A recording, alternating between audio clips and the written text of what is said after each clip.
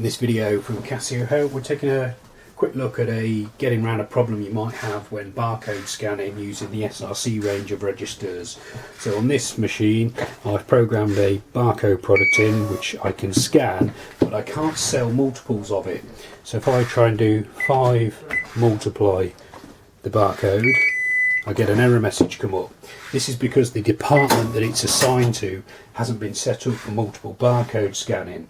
So to get around this, key round to PGM, arrow down to system setting, CA amount 10 to go into it, and then free subtotal to get to the right part of the programming menu.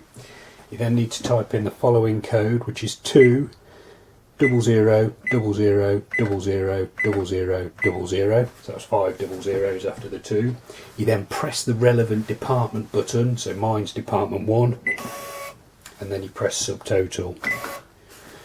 Key back to reg, and if we now try 5 multiply and then the barcode, it lets us do it. You'll have to repeat this procedure for each department affected for it to work across all your barcode products. For more tips and tricks on how to use Casio cash registers, you can click on any of the video links appearing on screen now. You can subscribe to this YouTube channel, or you can visit casiohelp.co.uk for more. Thanks for watching.